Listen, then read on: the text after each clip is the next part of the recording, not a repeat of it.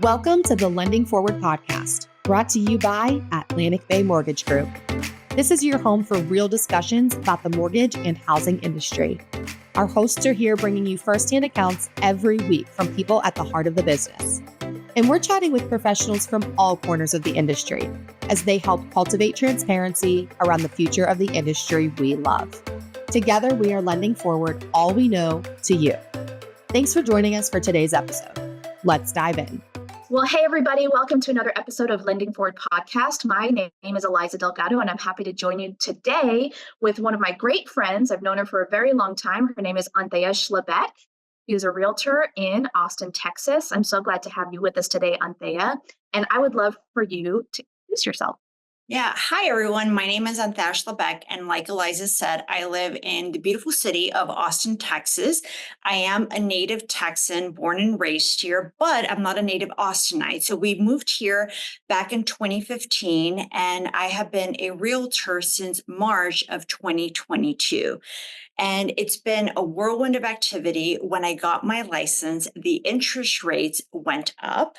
And so I've only known a difficult market, but that hasn't stopped me from working hard, doing what's best for my clients, and still doing very well in the industry.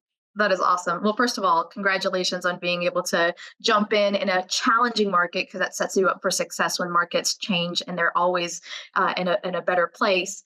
One thing that's really interesting about our relationship is you're actually married to one of my high school friends. So we have known each other for a very long time. Yes. But I know you guys also have a background in real estate investing. I know Ryan has been a part of that.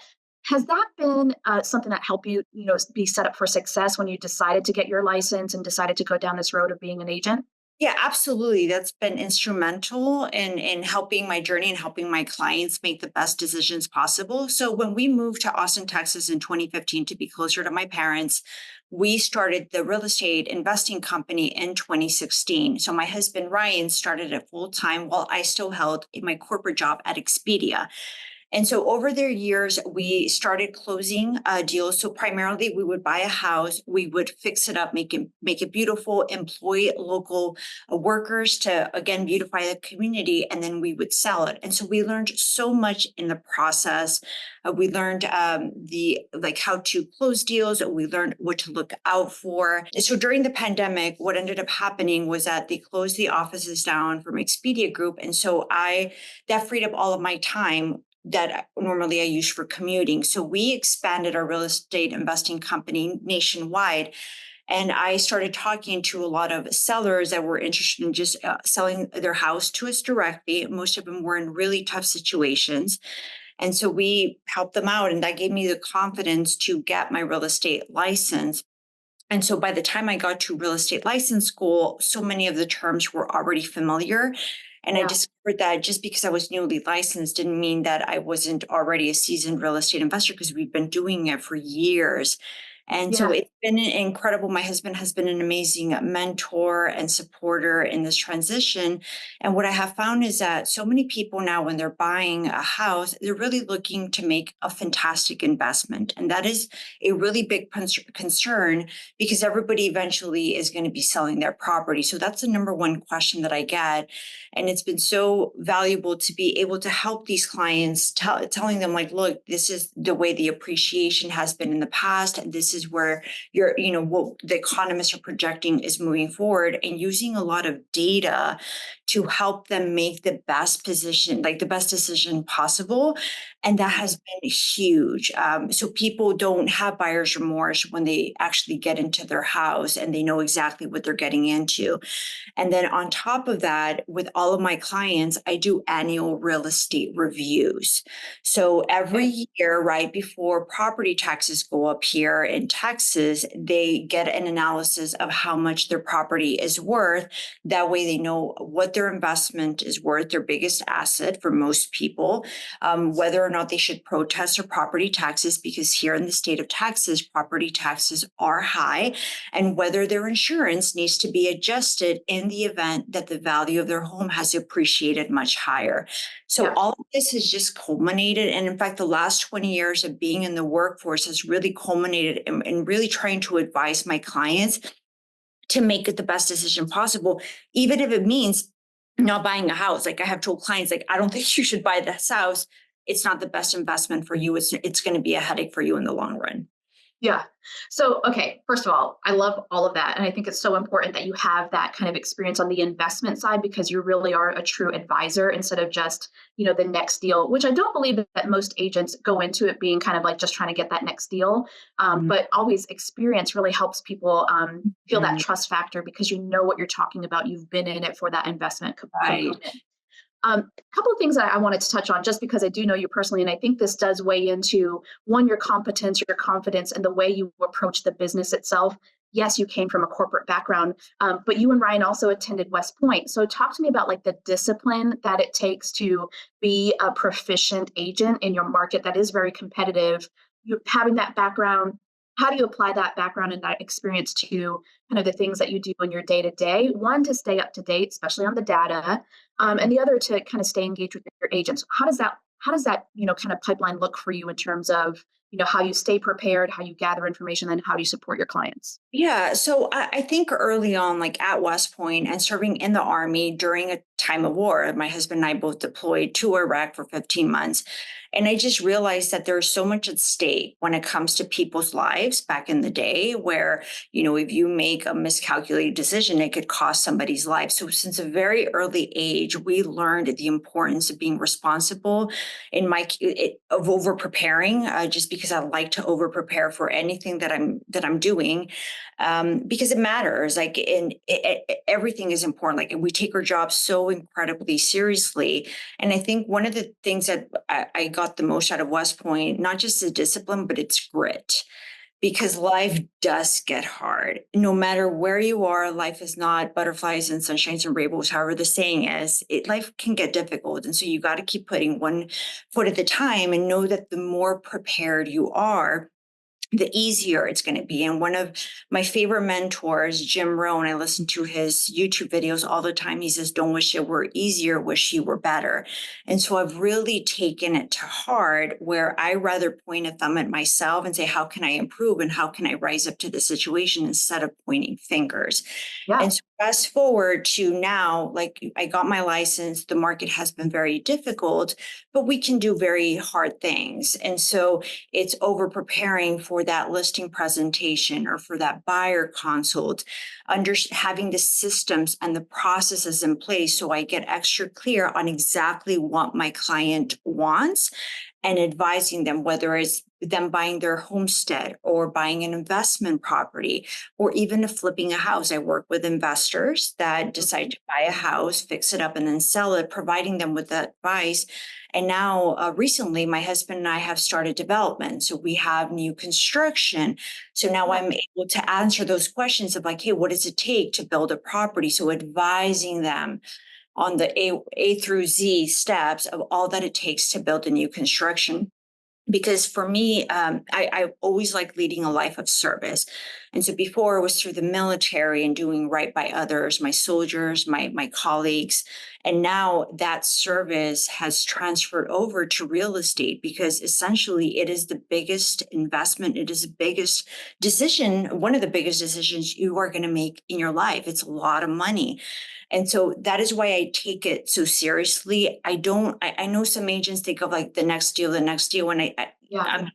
but for me, it's more like, okay, I'm focusing on you because I know that the deals will come. Like, I know Yeah. we're going to close, because I try to use a different part of my brain. And like I said, I have two clients, like, I don't think you should buy this house, because I don't want them to buy into a headache. Yeah. We moved a lot in the military, and now that I look back, like, a lot of the agents that we dealt with were not prepared. They didn't do right by us. We lost money because of them, because we overpaid on the property, and so I try to not do that we don't do that with my clients at all. So Yeah. yeah. So all this to say is just providing the most valuable service. And by that, it's, having market data and knowing that it's not just all of Austin, Texas, but every pocket in Austin, Texas is going to be different. Every subdivision is different, because every Yeah. subdivision has a different school district. So there's so much that goes into play. It's not as easy as most people think, where you just put a sign in the yard and that's it. There's a lot of There's a lot of thought that goes into it, a lot of strategy, a lot of analysis, a lot of strategy. So all this to say, it's been a very challenging, very rewarding role. Yeah. So going back a little bit, and I love how you give me, like the next question to ask while you're talking. I'm like, oh my gosh, I could take this a million different ways. So when you're talking about preparing and all those kinds of things, obviously Austin is a very massive footprint with a lot of different directions that potential buyers can go. And that's a lot of information to try to absorb and also try to be the expert in. And I find a lot of times when I'm working with agents and when we have these kind of conversations about being the market expert, when you have such a large footprint in such a competitive market, are there specific areas within that footprint that you try to focus on, or do you really try to absorb all of it and then, kind of do your due diligence when the client or the opportunity comes your way? How do you approach that? Because I think that's a really great way to help other agents really kind of take a different look at the way they approach their business as well. So I love that question. I have Yeah. thought a lot about this question actually in the past. And this is what I'll tell you. As a new agent, because 2 years, what I have found is that you're still considered a newbie agent. You're going to be getting business from everywhere. I get a ton of leads, a ton of clients from the West Point community, from the Army network, from the Service Academy network. So some people will want to be up in North Austin, other people will be in South Austin.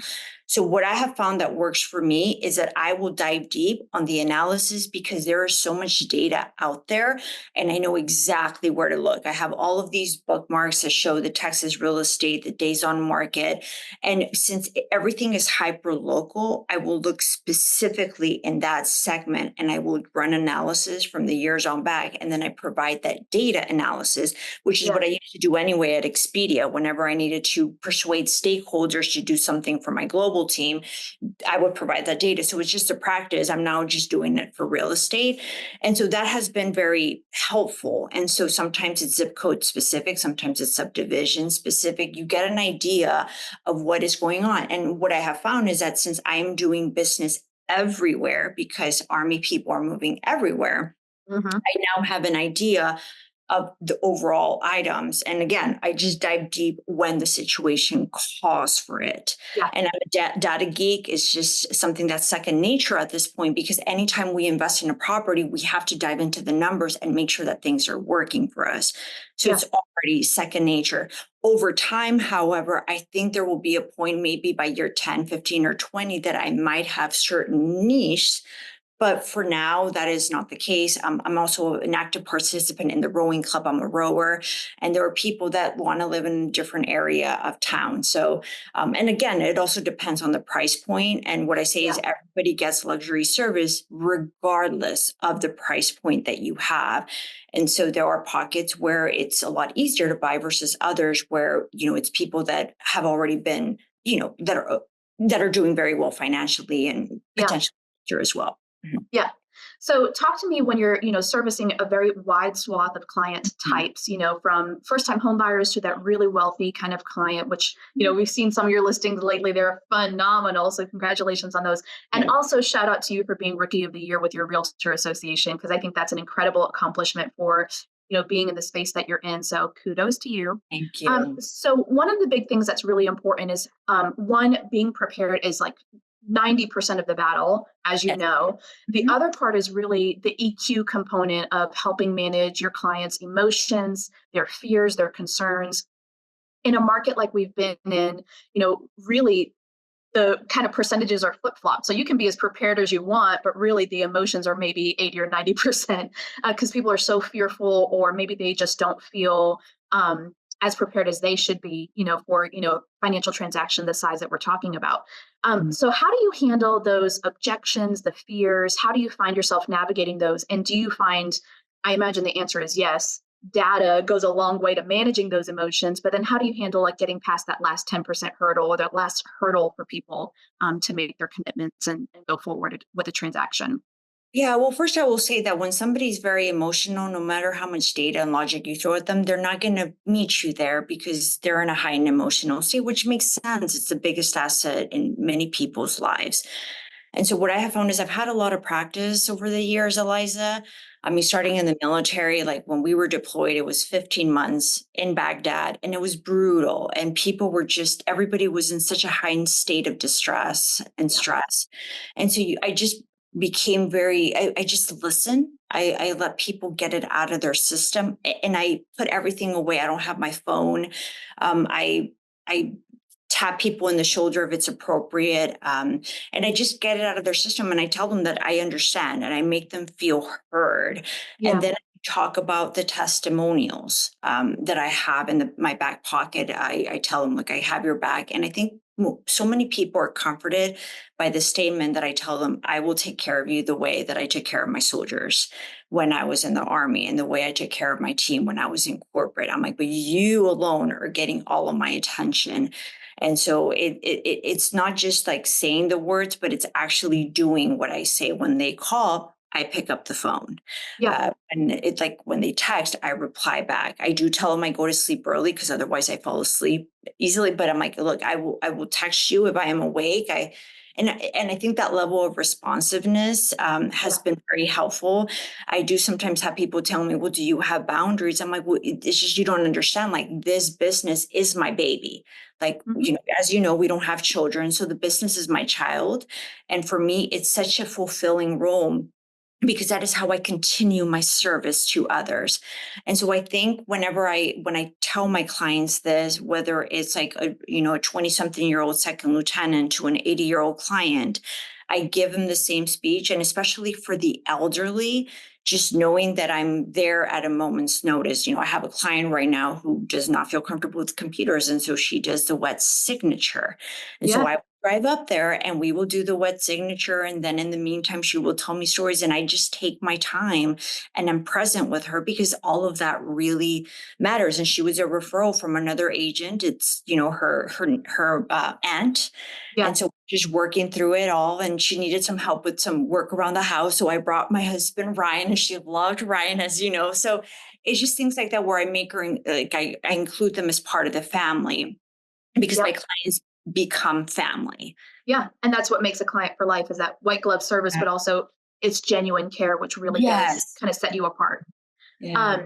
Something that I'm always curious about, and I always like to ask agents that are really excelling, especially newer agents, because you really are excelling, what are the tools and resources that you use between technology? There's all kinds of real estate technology tools. We use a whole bunch of them here. Obviously, we support agents with them. But then also, like, what other resources do you tap into? I'm always interested to hear, like, how are you using your local associations, that kind of thing. So talk to me about kind of that swath of things that you utilize to help you in your business. Yeah. So in the last 2 years, there's been an evolution in the technology that I have used. So coming from Expedia, which is a tech company for travel, I really experimented with a lot. And so when I started my business, I had an idea of which tools I want to use. So currently I use Google Suite.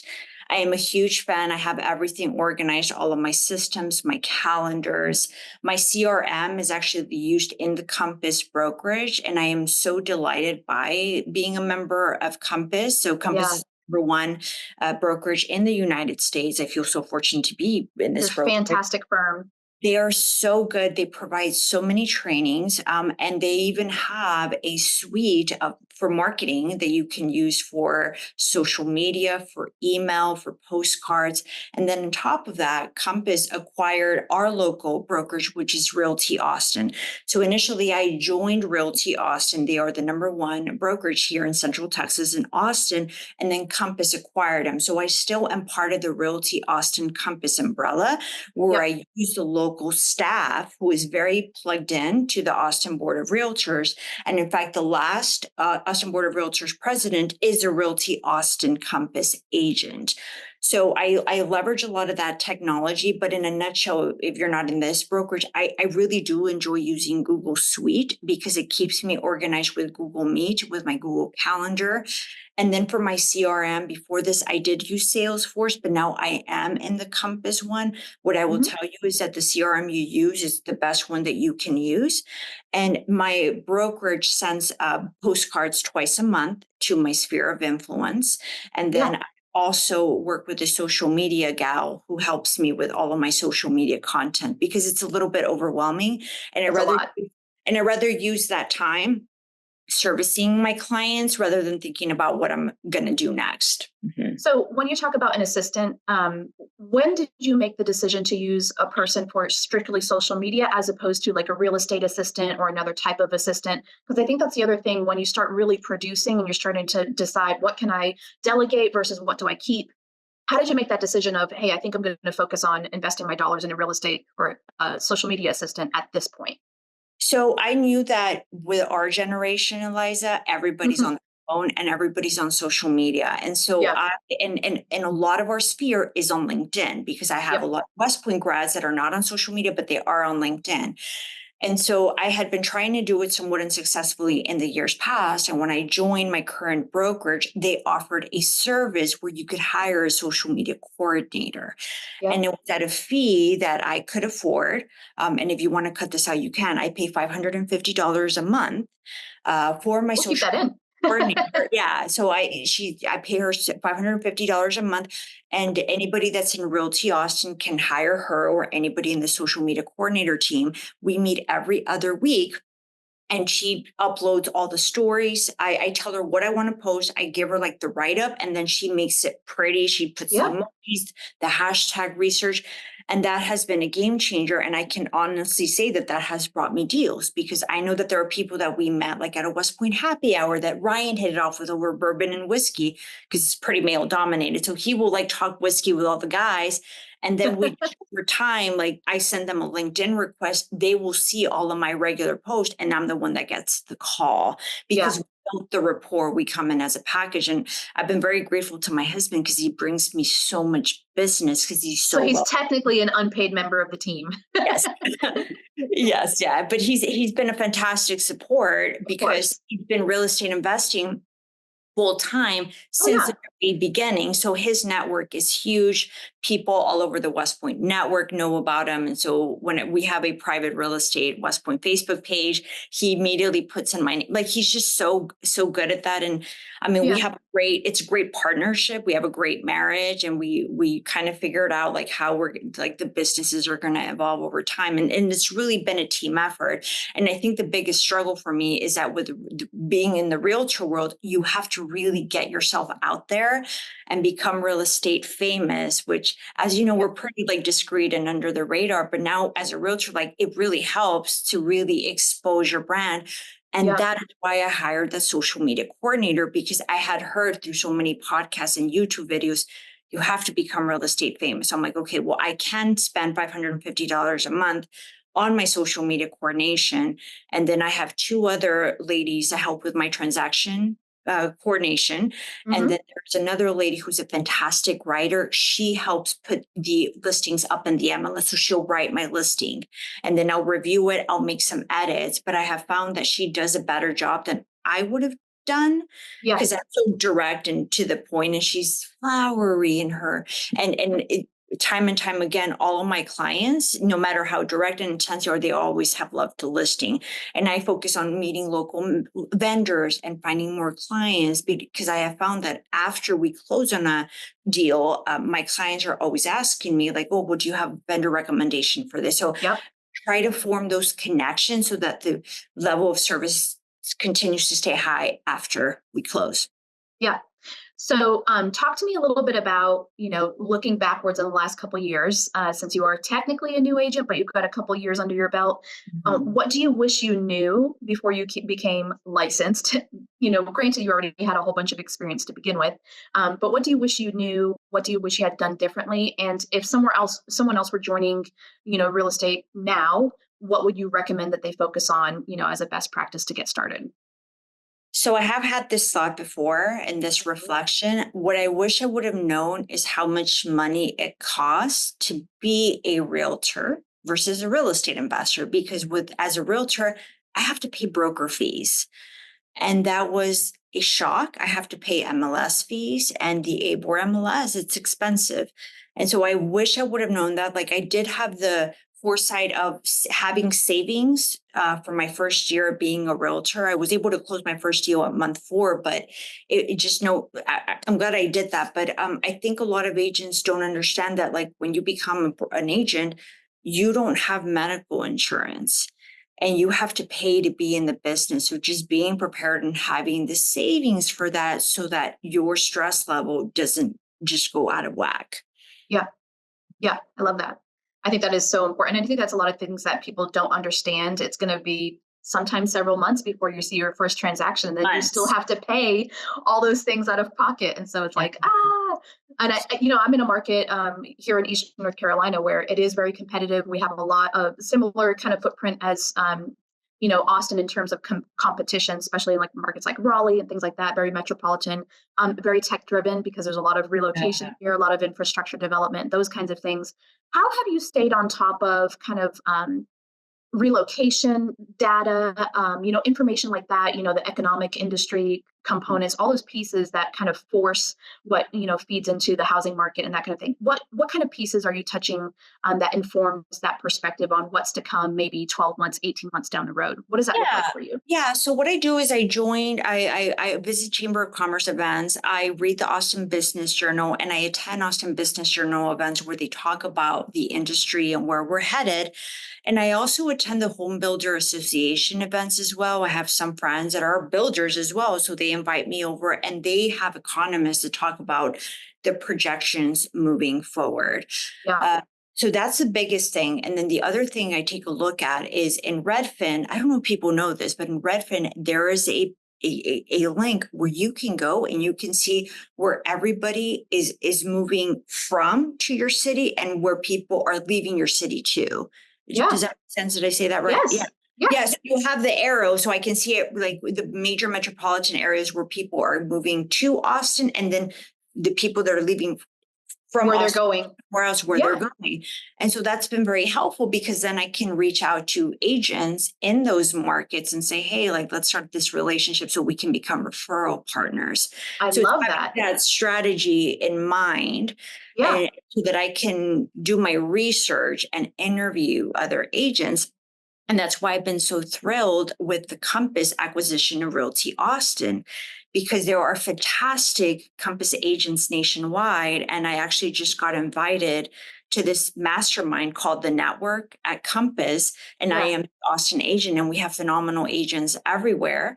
Yeah. And it's been great because now I'm able to see like who the Los Angeles rep is and who the Florida and the New York, because we have people moving from everywhere and to everywhere. So that's very helpful. And I'm very excited that I was selected to be the Austin candidate. Well, congratulations. That's awesome. We have a couple of Compass offices in the Raleigh market, and we just love working with them. They're just phenomenal as a whole. I mean, their leadership is phenomenal. Their agents are phenomenal. So it's always a really great thing when you hear like nationwide, their firm is just so consistently good. And that doesn't happen by accident. So I'm glad that you landed with the firm that supports you in the way that you really need to be supported. So as we're kind of wrapping up, I wanted to ask you about, the last question, last shot across the bow. Let's talk to me a little bit about the competition aspect in Austin. And I know you hinted a little bit about it, but just talking about, working collaboratively with other agents and other firms. Obviously you talked about being a famous agent. And, we know it's a competitive industry as a whole. So what does it look like for you when you are trying to win that next deal? How are you building rapport amongst your colleagues at other firms? And how are you helping your clients to win their next deals and setting them up for success? Yeah, so I think part of being a good agent is also having positive relationships with other realtors, because it's going to take two realtors to get to the closing table, right? Mm-hmm. And so I'm a big believer in cooperating. And there was a famous saying at West Point: cooperate and graduate, meaning work together and graduate. And so I've held that same philosophy over the years and throughout life, and that's given me a lot of success. And so it's being selfless to my other colleagues, because it is a very difficult industry, and most people are not aware of how difficult it really is. And so if somebody needs help with an open house, like, of course, I'm going to help you with an open house, especially if I'm available and it's like right around the corner from me. I will help you out, helping somebody with the CMA, providing feedback when people ask them to, and just really even just being a sounding board when somebody's really stressed or when a deal goes wrong. And so it's first doing that. And then also whenever I am having a conversation with my seller during the listing presentation, is informing them that the relationship that I have with other agents is really going to help, because I don't want to be that agent that people roll their eyes or say, oh, like she's going to be difficult to work with, because it's a relationship business. And I learned that first and foremost as a real estate investor. Like, in order for us to get private money lending and to, make friends and recommendations, you need to work well with others. And so it's the same attitude that I have as a realtor, and it's worked out really well. And I just feel so blessed to be surrounded by so many incredible agents. It's been awesome. Like I get excited when I learn so much from others, and it's always,